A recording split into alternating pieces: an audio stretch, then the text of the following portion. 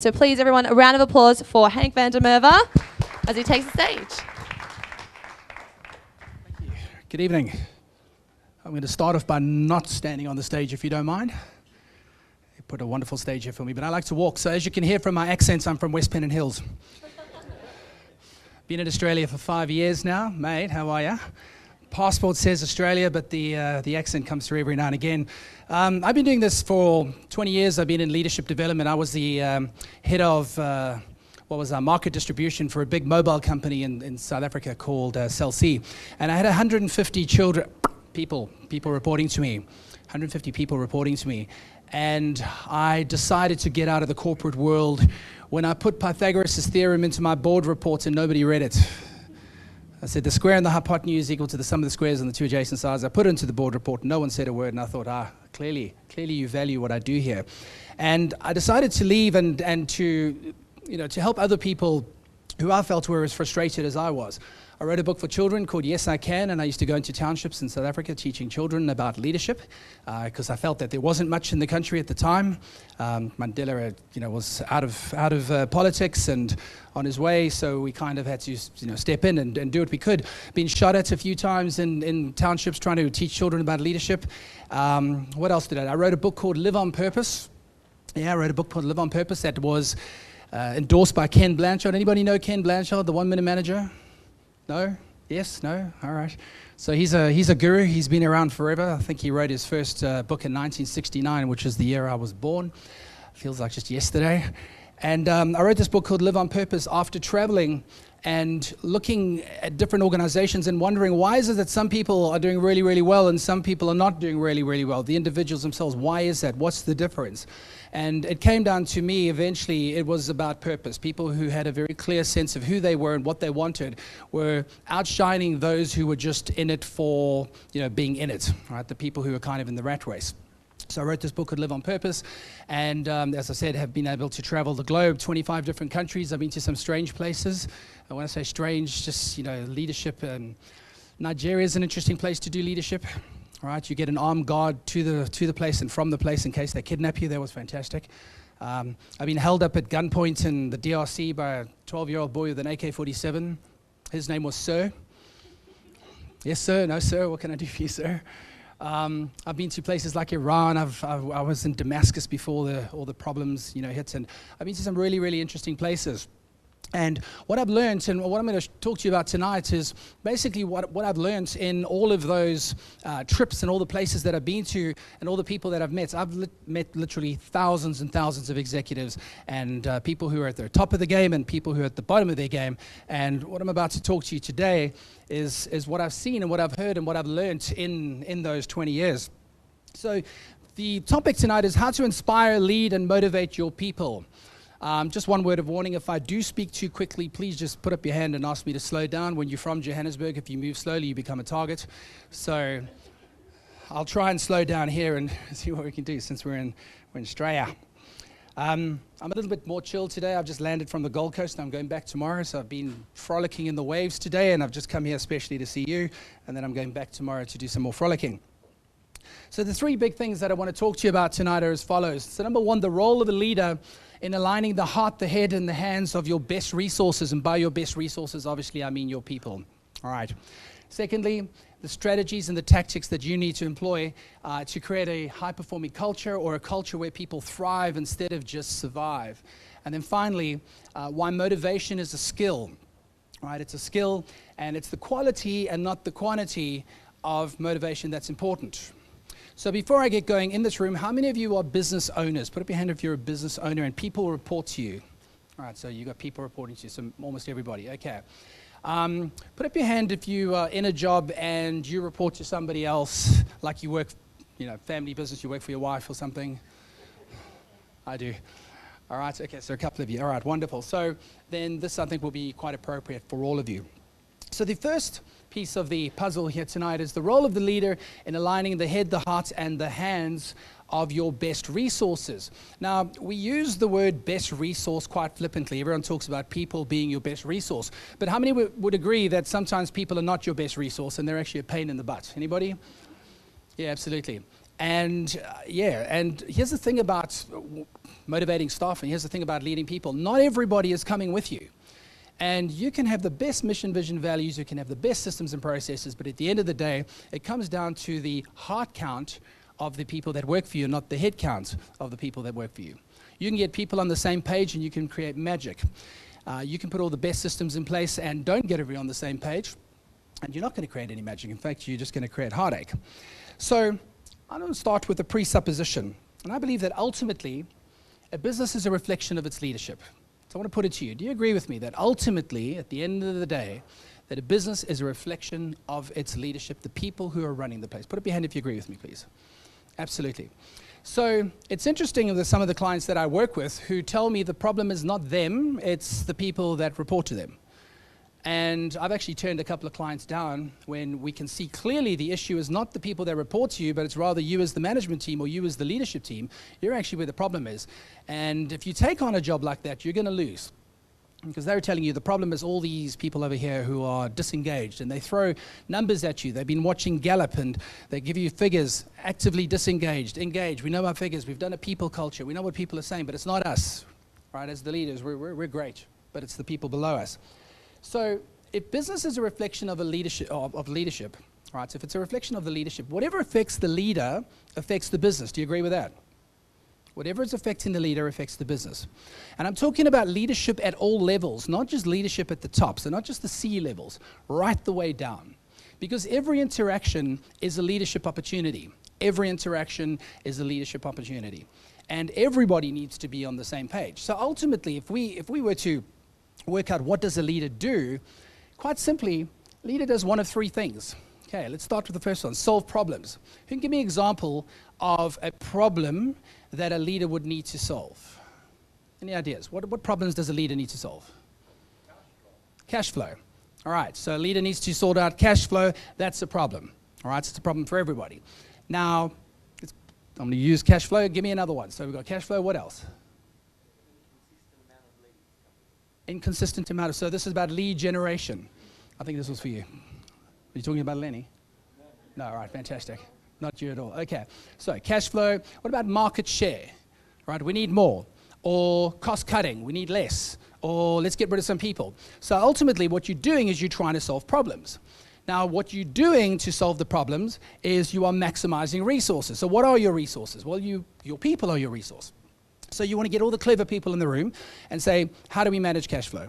All right? What are we doing wrong? What should we be talking to the banks about? How should we be losing invoices for a couple of weeks at least to try and stem the tide, as it were? What are we doing to increase the amounts of leads we're doing? So all of these things are problems that need to be solved by the leader and the leadership team. And finally, what you do is you make a decision. Now, that decision that you make is going to go one of two ways. You're either going to add value or you're going to take value away. If you're adding value, that's a good thing. The more value you can add, the better it is for you. But if you're not adding value, and if the people below you are not adding value, then it's not a good place to be. Yeah? So, at the end of the day, if you're not adding value, you're expendable. Would you agree? Even as the CEO of a company, the board will get you. All right. I remember when I first moved to Australia 5 years ago, they said to me, "You're in a bit of a hurry, mate." I said, "What do you mean?" I said, "Well, you're just trying to change the world." I said, "Well, maybe. What's the problem with that?" He said, "Oh, this is Australia. You know, we've got the saying," and they taught me, "She'll be right, mate." So what does that mean? He said, everything going to be Irie. I said, "Okay, I get that." And that week, it was interesting. Qantas dropped about 4,000 people. Optus did the same thing. Telstra dumped a whole lot of people. Then there was Holden, Toyota, Ford. And I remember going back to the same company and saying, "So how is she doing?" I said, "No, she's not doing too well." I said, "Yeah."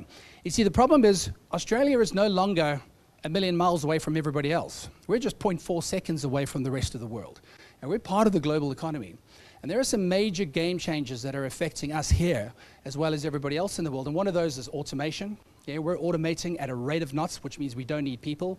Oxford are talking about something like 42% of all jobs being automated in the next decade.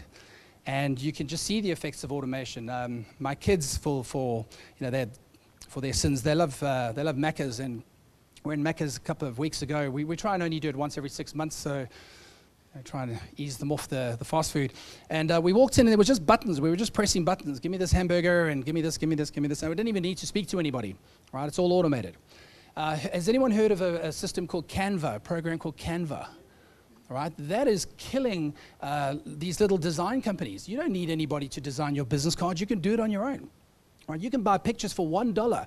Right? Beautiful pictures for $1 where Pixabay have been selling them to you for $20. So because of all this automation, things are getting easier. The Internet of Things is a complete game changer, absolute and complete game changer. You got people sitting remotely who are doing global business, and now that we're part of the global community, well, we've always has been, but things are getting different. What about robotics? All right, have you been looking at robotics and seeing what that's doing? There's a robot called Pepper the Robot. It's a little robot about yay high who can recognize your emotions. If you come home, if you had a bad day, the robot will say, "How are you doing? Do you want me to phone anyone? Do you want a tablet or something? I can hook you up." Yeah. So robots are actually replacing people. Right? Then we got the speed of change. Anyone heard of Ray Kurzweil? Ray Kurzweil. You guys want to start? What's the word I'm looking for? Googling some of these people. Ray Kurzweil. Ray Kurzweil is the chief engineer at Google. He reckons change is happening so fast that if we, as a group, now, 2017, go forward to 2030 or 2040, we may not recognize the world we find. All right? I can absolutely believe that if you see the speed of change. So we've got all these crazy things that are happening, and people need to catch up. One of the biggest challenges that I'm finding with organizations is getting people to understand you need to be relevant. You need to be relevant. You need to be sharpening the saw on a daily basis. Yeah? She'll not be right if you're sitting there and you're not doing anything different. You're doing the same thing over and over again. And what happens is the world rushes past you. And when you look again, you're irrelevant because it's happening so quickly these days, it's frightening. So the idea then is how much value can you actually add as a leader? So I'm going to give you a scale, and I'm going to ask you to do a little test for yourself and see where you are. So if we start to look at the scale of leadership, I'm going to give you a scale here, and I want you to try and, in your own head, figure out, well, where are you in terms of leadership? So we'll start off with, oh, can you hardly see that? Level 1, in the moment. Can you lead somebody in the moment? So let me give you an example. Somebody has to complete a report, some sort of Excel spreadsheet, some report that you've asked for. And they've got to complete this, and you go and you sit with them and you show them, this is step 1, this is step 2, this is step 3, and you show them exactly how to complete that particular job or task or whatever it is you're asking them to do. So that's level 1, leadership in the moment. If this is all you can do, you're a manager, you're not a leader yet. All right? And if you can write your job down, I can probably get it automated, and I could probably find somebody to replace you for a fraction of the price, because one of the other changes that's going on, globally, is outsourcing. Yeah, we're outsourcing to people who are not on minimum wage. Somebody who will, earn $3 an hour and think that's fantastic. What a day! I've, had a great one today. So that's the first level. Level 1, in the moment. Level 2 is if you can teach that person. So let's say they've done a board report for you. If you can teach them to do the board report every Thursday, and you never have to go back to that person. So you teach them once, and you don't have to keep going back and showing them over and over and over again. If that's the case, then you're probably a level 2 leader. Challenging context. So first, in the moment, let me teach you how to do it now, but I have to be here. Lots of energy, lots of time. Second, same context, but over time, which means you've learned something from me. Level 3 is multiple contexts. So that's when the individual realizes, hey, you know what, if I can master this particular task, what other tasks can I master? What other things can I do? And what they do is they step up, and you end up getting a higher degree of self-mastery. It's the third level. And finally, going down, is that person becomes an inspiration for others. Yeah, the person becomes an inspiration for others. So let me repeat. So we start off with, in the moment, can I lead somebody to effectively move from not knowing how to do something to do something? Secondly, is challenging context. Will that person be able to do that task again and again and again because I've taught them once? Third, multiple context. Do they suddenly turn around and go, well, if I can be good at this, I can be good at other things as well? And then finally, do they become that person that becomes a go-to person where they start to actually influence other people and they become a positive story? And you can say, hey, remember Mike wasn't doing too well? Now look at him, or look at her. So the depth is always very important. All right? It's probably more important than the breadth. So let me just show you what the breadth is, and you'll see what I'm talking about. So the breadth is, can you influence yourself? I have a client who is going through my process, the Live on Purpose process, and he can't influence himself to get out of bed. All right, one of the things he wants to do is he wants to lose 15 kilograms. I said, all right, cool. So let's go for a run tomorrow at 5 o'clock. Oh no, it's 5 o'clock. It's winter. You're crazy, mate. We'll wait until the summer months. I said, all right. So you can't influence yourself to get out of bed. How are you going to influence anybody else? Because it's one of the things about influence. It's one of the things about motivation. If you want to influence somebody else, you better be influenced yourself. Because people know when you're just doing lip service. People know when it's just the company Kool-Aid. When you're saying mission, vision, values, they know. They can spot it a mile away. So if you want to influence somebody else, you better be influenced yourself. Secondly, can you influence one other person to do what you want them to do? Yeah, one other person. So your significant other, maybe it's your kids, maybe it's, if you're in a small organization, you've only got 3, 4, 5 people. Can you influence another person? Can you influence a group of people? And then finally, can you influence groups without your presence? Now, if you look at that from a scale point of view, and most companies that I work with, people are operating in a 3x2 kind of area. So 3 across, 2 down. And real leadership happens when you can get to 4x4. That's when you can be a Branson. That's when you can be a Mandela. That's when you can be Mother Teresa. That's when you can be a Gandhi, right? And everybody has it in them to be that. Yeah, everyone has it in there to be that. But most people are operating in the 2x2 or the 3x2, somewhere around there. Yeah?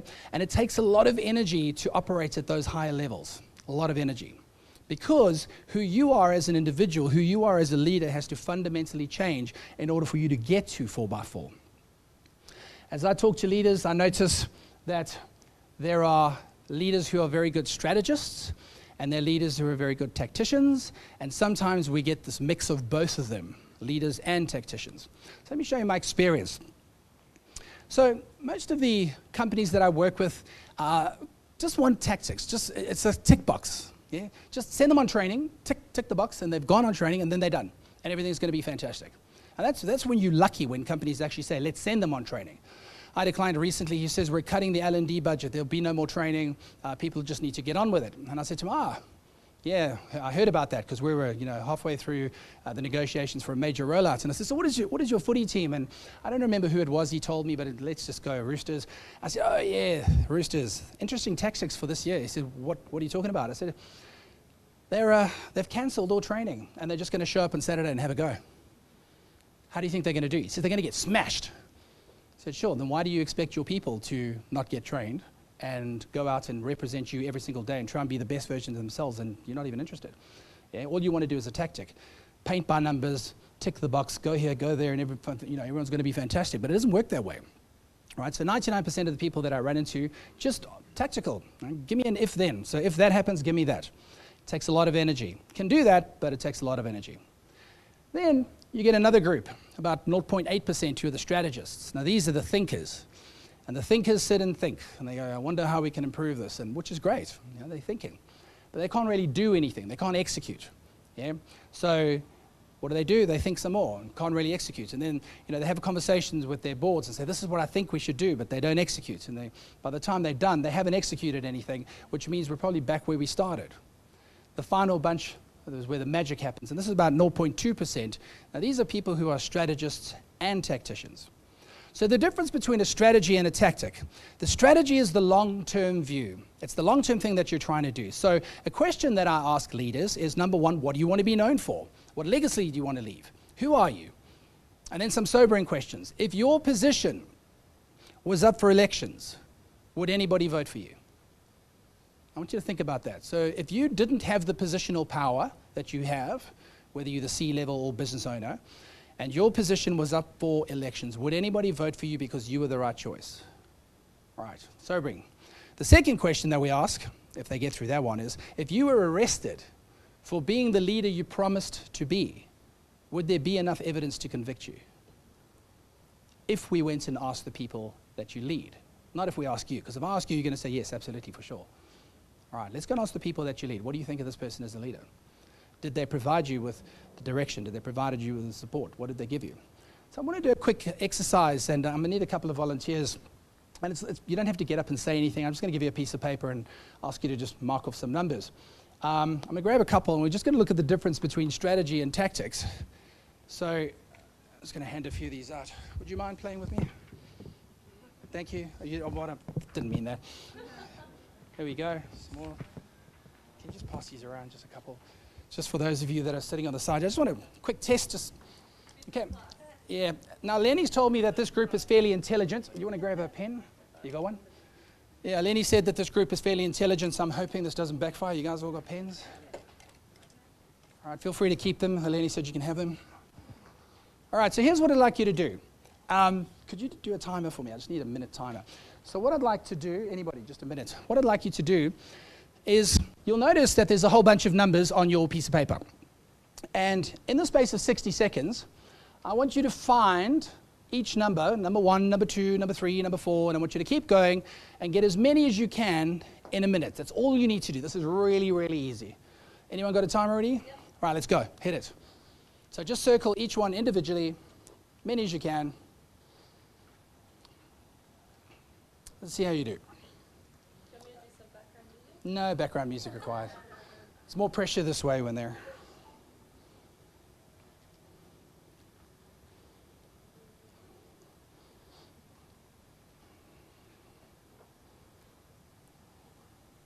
Okay, so we're going 1, 2, 3.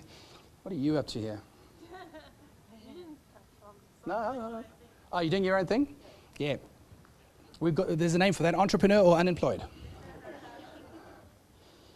So no, you're not doing the right thing. So 1, then 2, then 3, then 4, then 5. How are we doing? How many minutes left? 14 seconds. 14 seconds left. 10. 5, 4, 3, 2, 1. We're done. All right, stop. Thank you. So let's see how you did. So I know you didn't get any, but how far did you get? 14. Below average. What did you get? 17. 19. Thank you. 17. 19. Anybody else? 25. You didn't move. You didn't move. 18. 17. Anybody else? 17? All right, cool. Okay, not too bad. I did this with a class of students the other day, high school students. They did pretty well. I think it was 28, 29. Clearly, the education system is working now. Here's what I'd like you to do. So, what if I could show you a way to improve your scores dramatically by, instead of being tactical, so the tactic was circle, circle, circle, circle, go as quick as you can. So now what I want to do is I'd like to employ a strategy and see if that works any better. So turn your pages over. We're going to use a different page, and you'll see the same numbers are there, and I promise you they're in the same order. Okay. So what I'd like you to do is take your paper and fold it in half lengthways. So fold it in half lengthways. That means from the top to the bottom. Fold it in half lengthways. That's right. Is that lengthways? Oh, he's doing it double. So just once. Just fold it. All right, now open it up and have a look. Where is the 1? Is it on the left or the right? Left. And where's the 2? And the 3? And the 4? All right, cool. So do you think knowing that you might be able to do better the next time around? Yes or no? All right, cool. Before you start, fold it again. All right, but this time the other way. Okay, so now you've got 4 blocks.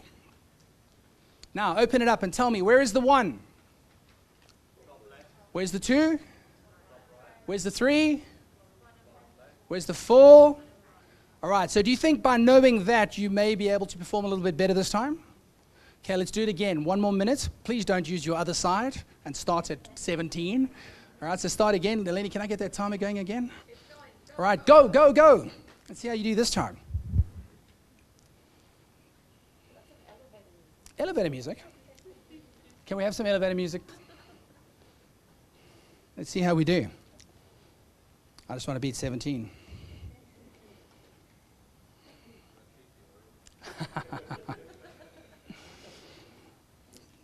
Yeah, she'll be right. Let's see how you do.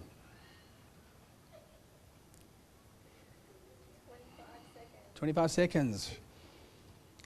Lenny, we'll see now whether you're an intelligent bunch of made it. Something's going on here. What's happening? Oh, we're getting lots of numbers. Getting lots of numbers? Yeah, but are you doing it correctly? Cool. Cool, cool, cool. 5, 4, right, let's hear from you now. How did you go? 36? Wow. From 17? 16? How'd you go? 25? 27, but I missed the 26. We'll give it to you. It's all right. 26. All right, thank you. You're still looking for it? Go back, you'll find it. How did you do? 36?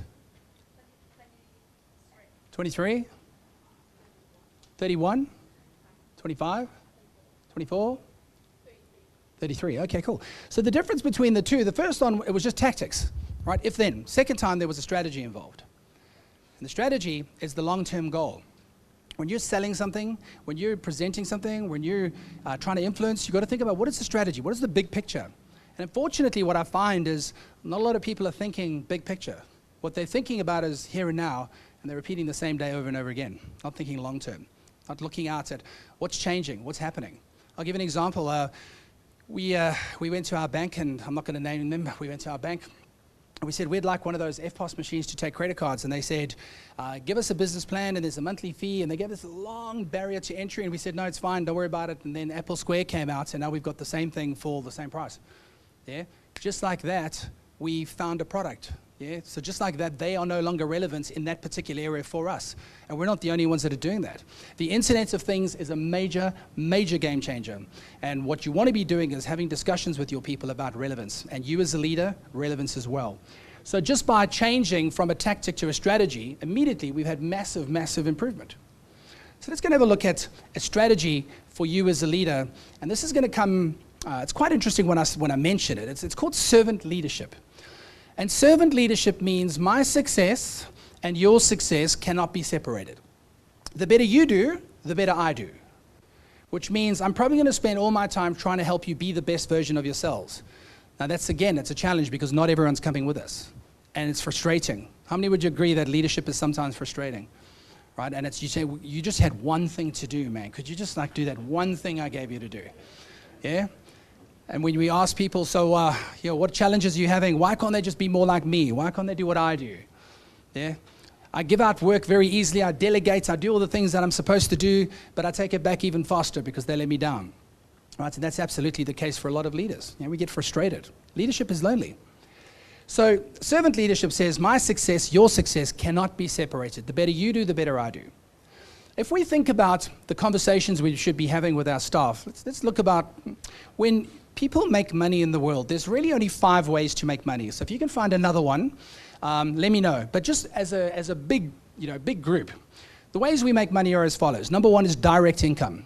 You swap hours for money. All right? You understand that concept? You swap hours for money. Some swap hours for a lot of money. Some swap a lot of hours for a little bit of money. Right? But whatever it is, most people are living in that particular area. Right? They're swapping hours for money. A lot of clients that I work with are 2 or 3 paychecks away from oblivion. If they don't get paid, that's it. All right? You have a look at their credit card debt, it's through the roof.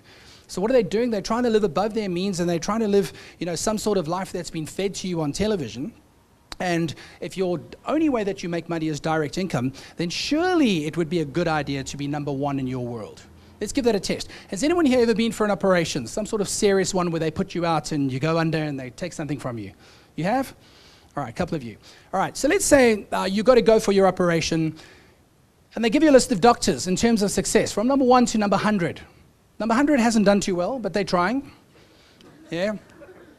Number 1 hasn't lost anybody, but number 100 probably has. So what do? Do we go, oh, fair go, mate, should we, right, give them a go? Right? Where would you focus your energy? Where would you be looking on that list?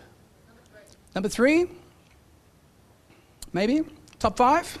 Absolutely. But if you can get the number 1, would you go there? Right, now there's the point. If the only way that most people make money is direct income, why would you not want to be number 1 in your world? Why would you not want to be focusing your attention every single day on staying relevant, on sharpening the saw, on being the best version of yourself that you possibly can be? Why would you not want to do that? And the reason for that is we don't have these conversations. We have conversations about what the company wants. These are this is the direction we're heading, and this is this is your target, and all that kind of stuff. But we don't talk to people, individuals, about what they want. You're going to see how important that is. So a leader needs to touch the heart first, right? Whether you are a logical type of person, we don't buy things based on logic. We buy it on emotion, and then we justify it logically. Yeah, absolutely. Why did you buy that? Oh, it was on sale. I scored 37% off, but I spent $5,000 on a purse. All right, I get it. Okay, so why did you buy it? Because of the way that it makes you feel, not because of what it cost you. So as a leader, what you want to do is you want to touch the heart first. First you touch the heart. Then you can start looking at the brain or looking at the head, looking at the logic. And finally, the hands will come with. But you've got to do it in that order. And as I've said, what happens with most organizations is they are very tactical. So they say, how can you help me improve the leadership capacity? I'm looking for tactics. I'm looking for what are the quick things that I can do to help these people get across. And I say, well, why don't we have a talk to them about their purpose in life? And they can say, no, that's too airy-fairy. Right? That's too fuzzy. Let's not go there. Mastery Global, the company that I own, that's where we do the serious stuff. But my brand, that's where we go and play. And once I'm in the organization, then we start talking about purpose and why you're here and what are you trying to achieve with your life, then suddenly it's a game changer. I did a sales training program recently with an organization where they said, teach us the tactics. I said, one of the biggest reasons salespeople fail is because they don't know why they're a salesperson in the first place. They don't have big enough reasons. They don't have big enough goals. They're not working towards anything in specific. They're just kind of going through the motion. So the strategy then for you as an individual is servant leadership. Servant leadership says, I will do whatever I can to help you be the best version of yourself, but you better come to the party, all right? Because there is a caveat. You can't always be helping them be the best version if they're not coming with you. At some stage, they're going to have to put up their hand, step up, set a new standard, and they're going to have to come with you. And if they don't, that's when you have to start thinking about outsourcing them to the opposition or promoting them to customer. Because sometimes it's not the people that we hire that's the problem, it's the ones that we don't fire. So when it comes to leadership, I'm a bit of a Darwinist. I think if I give you everything you need to develop and you still don't want to come with, then maybe this isn't the place for you. Maybe there's somewhere else that will take you. Hopefully one of the opposition. So in terms of what you should be doing as a leader, this is very simple. Yet, time after time, we're in companies and we say, have you set a very clear direction for your team? All right, have you set a very clear direction? Yes, everybody knows what they should be doing. All right, cool. Bring them in and let's ask them. And then we ask them the question from an alignment point of view. What is the purpose of your role? We go and interview people. What is the purpose of your role? They tell us, the purpose of my role is to do X. Thank you very much. What are the top 5 things you're working on right now in terms of what's critical? Then they give us a list. And then we go back to the bosses and we say, you tell me what the purpose of their role is.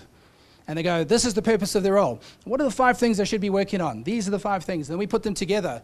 And we very seldom have a match. Yeah, we very seldom have a match. And then we say, are you surprised? Well, yes, because we've told them several times what they should be doing. I did one session like this with an organization where we got the chief exec to put his purpose of his role up on a board. And then we got the directors to do the same thing. And we said to the CEO, tell me what you think. And he said, I'm flabbergasted. There's a whole lot of things missing here. No wonder we're not hitting our targets. No wonder we're not hitting our numbers. And this is stuff that we assume everybody should know, but we don't because we don't have those alignment conversations. So the first trick then, or the first tactic as a leader then, right, servant leadership, then set a direction. Set a direction for your team and inspire them. You've got to do it in terms of a cause. You can't just say make more money. It can't just be about EBIT. Right, EBITDA. It can't be about acquisition. It can't be about alpha. It can't be about more. It's got to give them a cause, something to fight for, something to fight with, and say we're with you. That's when people start to, really start to pay attention. When they think they're part of something, they're part of a gang, they're involved. Step 1, align everyone's. Well, step 1 is set a very clear direction. Be clear about it, and don't just put it on a wall somewhere. Our vision is this. Our mission is that. It's got to be lived. You should be able to walk into an organization and see clearly what the values are, what everybody's purpose is, and that sense of urgency just by what you observe, not by what you see written somewhere. Step 1, set a direction. Step number 2 is to align everyone's activity. And that goes right down. From a macro point of view, what is the purpose of your role? From a micro point of view, what are the essential things that you're working on? Then figure out what is your probability of success. Can these people actually achieve your strategic objectives, yes or no, based on the leadership capability that they currently have? And if there's a gap, start training. I said to a CEO recently, I can tell you how well you're going to do this year just based on the capability of your leadership team. And he wasn't very happy with me. He says, we've got a great leadership team. 9 months later, we're still having the conversation. He's going, yeah, okay, we get it. Alignments. The step 3, go back. Step 3 is the day-to-day coaching. And day-to-day coaching is repetitive, again and again and again. How many of you have told somebody once how to do something, they get it, and then a couple of weeks later they don't get it? Has that happened? Yeah? Repetition, repetition, repetition. And that's when the leaders turn around and say, what if we train these people like this? We train them some more, we put some more money in them, and they decide to leave. Well, how about you don't train them and they decide to stay? Yeah? Then what are you going to do? And unfortunately, it's one of those things you've got to keep repeating. And as the leader, you should be walking around and asking questions about how can I help you achieve your objectives. You should be holding your leaders accountable. Have you set a very clear direction? Have you aligned everybody's activity? Are you doing the day-to-day coaching? And only then can you celebrate the wins. And here's the thing, with the speed of change that's going on at the moment, you get to the top, you celebrate the win, and you start again. All right, again and again. Our cycles are becoming shorter. Have you noticed how short the cycles, the sales cycles, the years, they're just going quicker and quicker. We don't have these long, lofty plans. You ever look at some of the organizations that are popping up now with the Internet of Things? It's insane what companies are doing for a fraction of the price that the big companies have been doing. So let's look at the third part and talk about motivation. How many of you got people who you would say right now are not motivated? Anybody know somebody who's not motivated? Anybody? Yes, no? Yes, no? You know somebody who's not motivated? All right, cool. The thing about motivation is we've got it wrong up until this point because we've always thought it was the quantity of motivation. There's not a lot of motivation. There's a little bit of motivation. And this was a gentleman by the name of Professor B.F. Skinner who came up with the idea that if you reward something, if you reward that behavior over and over again, people are going to do more of it. And he called it the ABCs, the antecedents, behaviors, and consequences. Yeah? And the way that he figured that out is by giving a pigeon a little pellet to eat. And he worked out that he could get this pigeon to do a 360 by giving it pellets. And that's when the whole incentive industry popped up and if-then rewards and let's give people money and they're going to do better. No, they don't do better. Right? The research has shown you actually go the opposite way. The more you reward something financially, the worse it does eventually because the reason why they're trying to do something changes. Now, I don't know about you. I've worked with a few gooses. I've never worked with a pigeon. All right? People are not the same. People are not the same when it comes to motivation. You've got to figure out, so what motivates this person? The way you do that is if you want to influence somebody, you have to know what already influences that person, and it may not be what you think it is. So let's give you a couple of needs, and I'm going to ask you a question. See if you can identify what you think this person, which need they're trying to meet. So Tony Robbins and Chloe Madanes came up with something called human needs psychology. And in it they say human beings have 6 needs that we all try and achieve. The number 1 need is certainty. All right, certainty that we can predict the future, that things are going to stay the same, that we know what we're doing, certainty, that we're going to be okay. Number 2 need, paradoxically, is variety. Right? Spaghetti bolognese every day will get you eventually. Right? So it's some variety, some change. We like that. The 3rd need is significance. Right? We like to feel we're important, significance. You see me, I am someone. The 4th need is love and connection. The 5th need is growth. And the final need is contribution. So you get a salesperson who absolutely nails their sales target every single month. Which need do you think they're meeting out of the 6 that I gave you? Any ideas? Is it certainty? Is it variety? Is it significance? Is it growth? Is it contribution? Contribution, significance. Anyone else? Love? All right. Yeah? No, absolutely.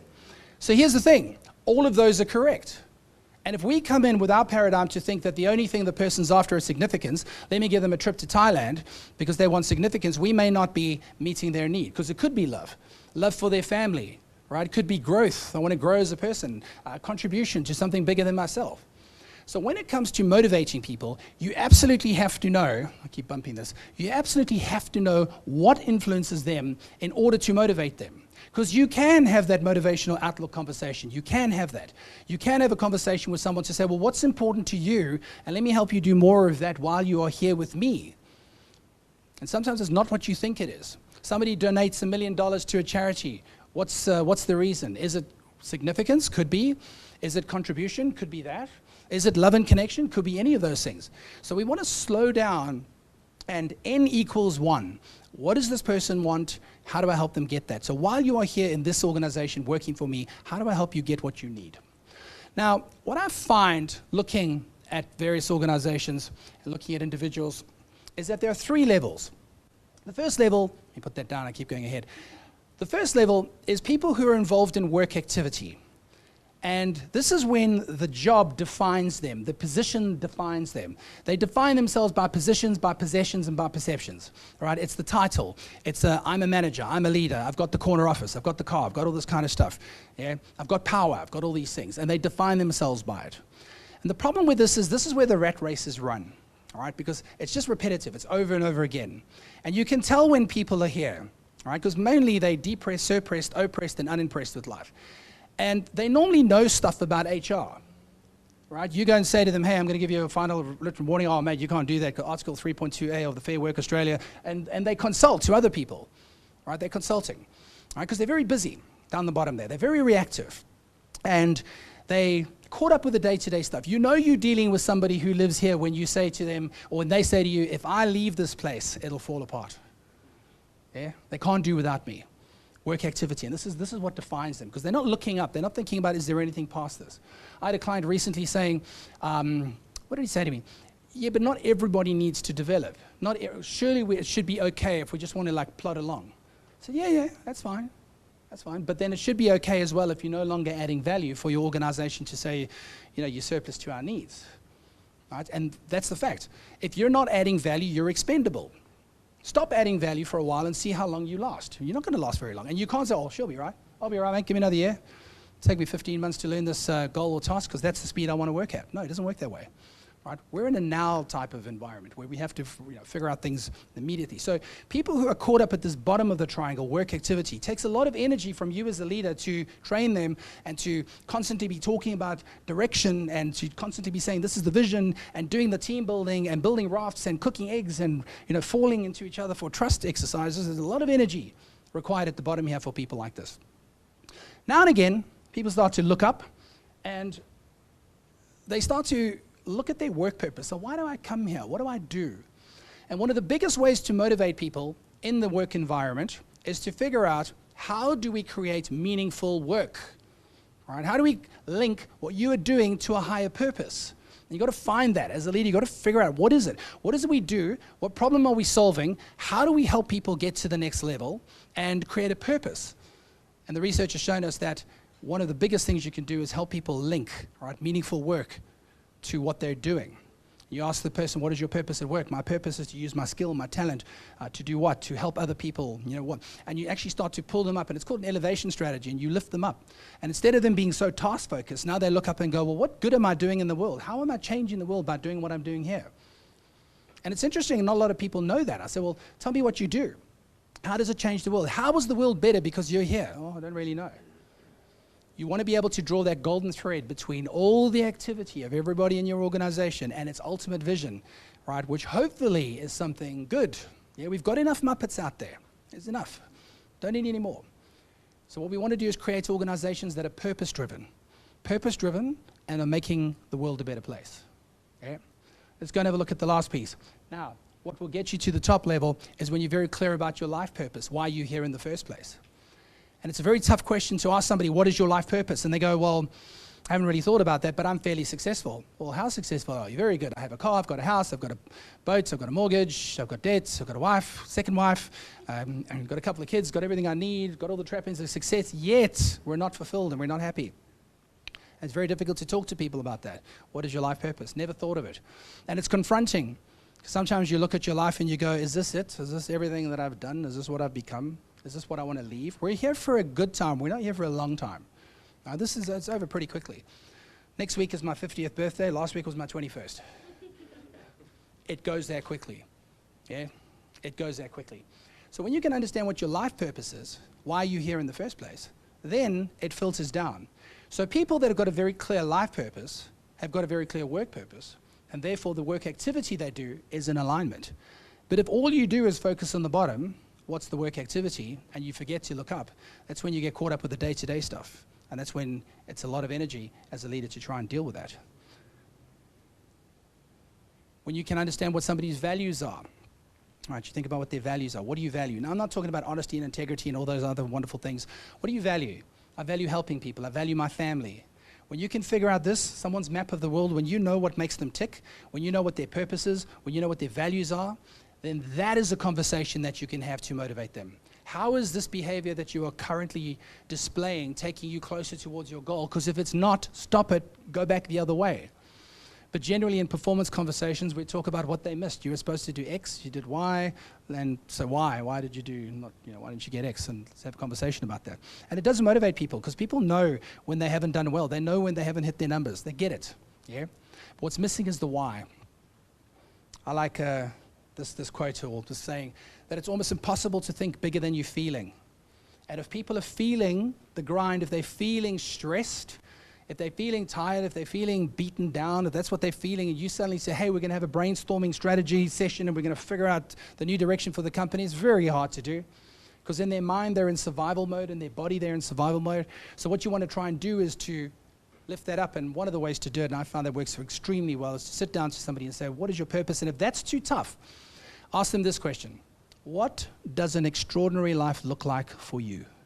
If you were to write it down, what would you say? Who would you be? Where would you be? What would you be doing? What does extraordinary look like for you? Very confronting thing to do. Once you've done that, go and look at what is your purpose, what's your values, and how are you actually going to get there. How many of you have ever thought about that? Put up your hand if you've thought about your purpose and you've written it down. Written down? Right, some of you? How many of you have written down your goals? Written down, written down, written down? All right, for those of you that haven't written down your goals, I would suggest you do. Back in 1979, Harvard Business School, there was a bunch of MBA students who were, what were they doing? They were graduating, and they asked the question, how many of you got written goals? And 3 categories emerged. There was an 84% that said, we got MBAs, what goals do we need? Yeah? 13% of them said, yeah, we've got an idea, it's here, it's in my head. And 3% said, we've got goals, we've written them down, we know what our strategy is, we're working towards them. They brought them back in a decade, or they went and looked at them in a decade, and they said, how are you doing financially? They didn't ask about their health and about the rest of the trappings of success. But they said, how are you doing financially?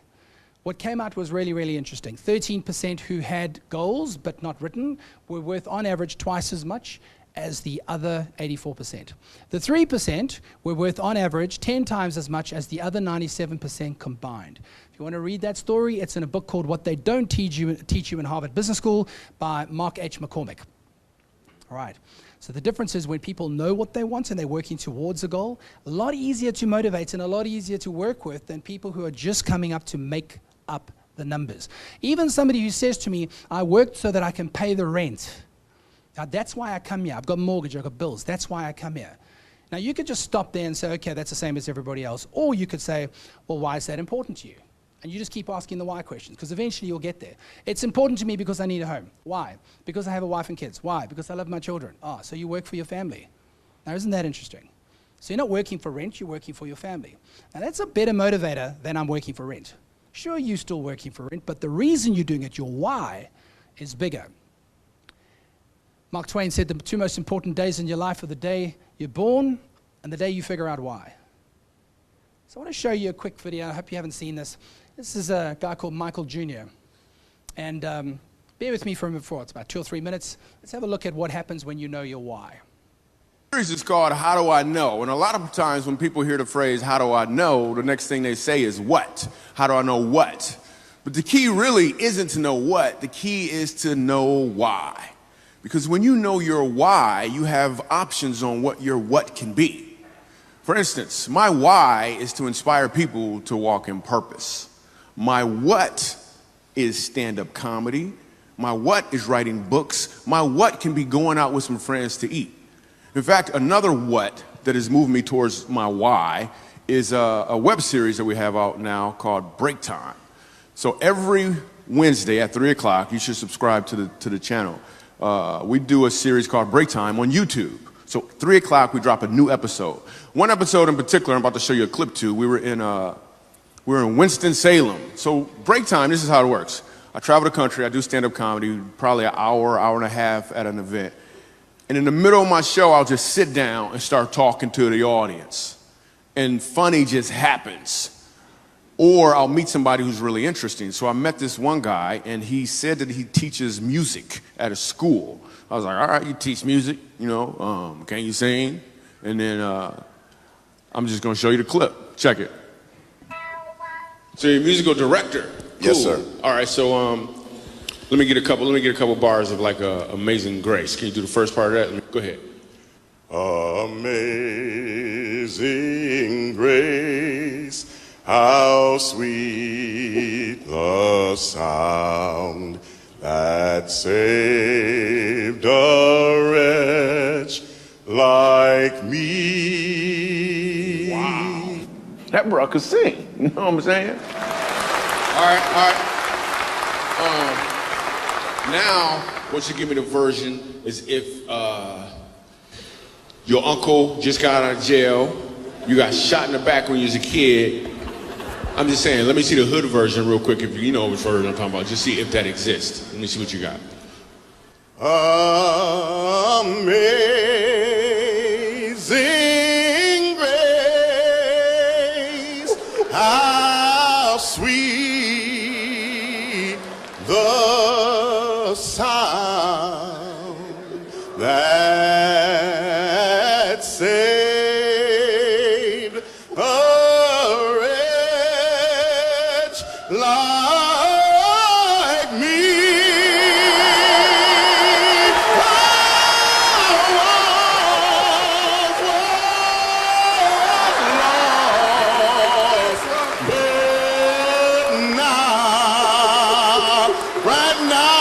Found, was blind, but now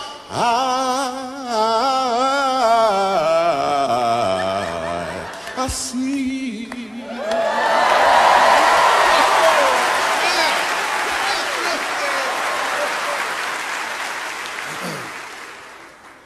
So here's the thing. The first time I asked him to sing, he knew what he was doing.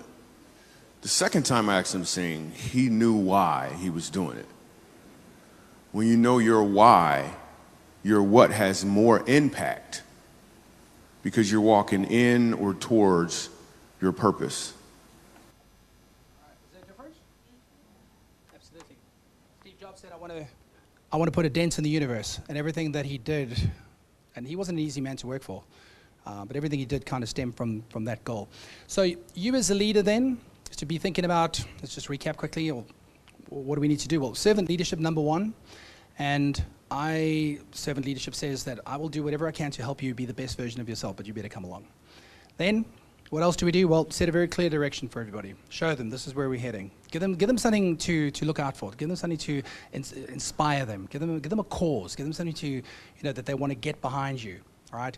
Align everyone's activity. Coach them on a day-to-day basis, every day. You're going to have to keep going because it just never ends. And then, when you finally think you've got there and you celebrate, guess what? Start again, because it's going to start again. New goal, new task, new year, everything new. So from a work activity point of view, everyone's in work activity. Everyone's there. Help them lift their heads up. What's the purpose? Why are you here? Create meaningful work.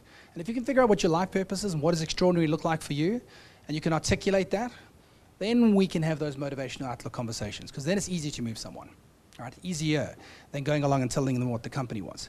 When you want to create change, here are 5 questions. You want to write these down if you want, or you can take a picture of that. So where are you? Where are you? So if I was to ask you, what does extraordinary look like for you? Let's go measure it. Where are you? Are you there or are you not there? Most of us will probably say we're not there yet. Even if you are quote unquote successful, you still want more. So where are you? Second thing is, well, where do you want to be? So what's your target? I'm amazed at the amount of people that I talk to who don't have a target. Well, what's new for you? What's next for you? Don't know. I'm just going to do this over again. You can't do the same thing over and over again and call it life. Yeah? I've had some clients say to me, I've been in this job for 7 years. I should have been promoted. Well, there's a difference between 7 years experience and 1 year's experience 7 times when you haven't learned anything. Yeah? So where are you? Where do you want to be? Number 3, why do you want it? Simon Sinek talks about it. Start with why. When you know what your why is, then everything else is easier. 4th thing, what's preventing you? Now this is when you can open up a can of worms. Because this is when you have to be a doctor, psychologist, and teacher, and agony auntie, and all the rest of it. The role of a leader today is multifunctional. There's many things to do. And then finally, the last question, who must you become to get there? Not what must you do to get there, who must you become to get there? Because the person you are now has to change fundamentally to become this person who you want to be. Because if not, you can't keep doing the same thing over and over again expecting a different result. So to create lasting change, understand their map of the world. Where are you? Where do you want to be? And that's a very different conversation. I have a client who started having these conversations with their team. Tell me about you. What are your goals? What do you want? And they kind of looked at her like she was mad. Like, you know, what's that about? Why do you want to know about me? It was intrusive. Seriously, you want to know about me? Yeah, I do. I see you. And she just got her results recently, her people culture result. They're up 7 points. And she works for major organizations with thousands and thousands of people. What did she do differently? She looked at the heart count first and not the head count. And she touched the heart first. So to summarize as a takeaway for you, I'm going to end now, give you some questions if you want. Otherwise, we can just mingle. Number one is be a servant leader. What does servant leadership say? My success, your success cannot be separated. The better you do, the better I'll do. Now, I'm going to spend all of my time trying to help you be the best version that you can be, but you need to come with me. Secondly, make sure you set a very clear direction for everybody. And that can either be from a company point of view, or even if it's down to a one-to-one, leadership situation. Here's the direction. This is what I want you to do. All right. Let me align the activity. Let me make sure you're on the same page as me. Let me coach you how to do it, and let me celebrate when you get there. All right. This could be one-to-one, or this could be one-to-many. And then finally, is understand their map of the world. If you want to motivate somebody, if you want to inspire somebody, you need to know what already influences them. You need to know what already motivates them. Because if you don't do that, the motivation that you think you're giving them could end up being imposed. And when it's imposed, the motivation is suboptimal. People need to, according to Edward Deci and Richard Ryan, self-determination theory, people need to have autonomy, right? They need to be competent. They need to feel that they're competent, and they need to feel that they relate. Yeah. So touch the heart first, and the head will follow. And if you do it the other way, what ends up happening is you can win in the short term, but you're not going to win in the long term. I would rather have a couple of people who fight every single day to be there because they think they're part of a family, rather that than people who are complying and doing what I tell them to do. I want people to, to be autonomous and to do what, what's right for everybody. All right. Okay. Any questions that you have, feel free, flick them at me. Do we have time, or do you want to? Got some time? Anyone got any specific questions?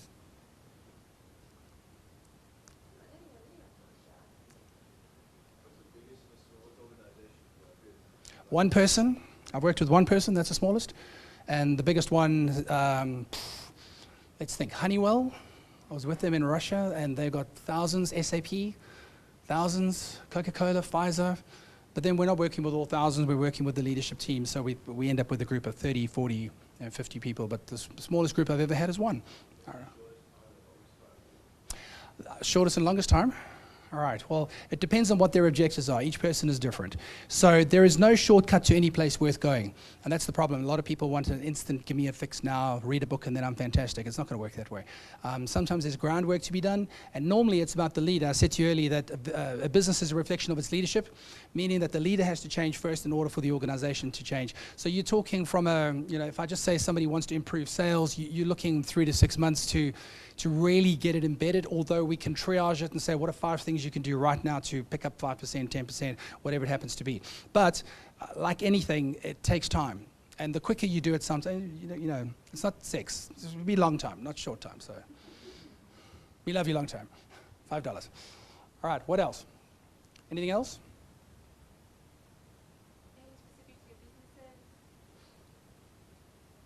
Oh, very successful people. Maybe they're a bit shy. They might come and speak to you later. Oh, that's all right.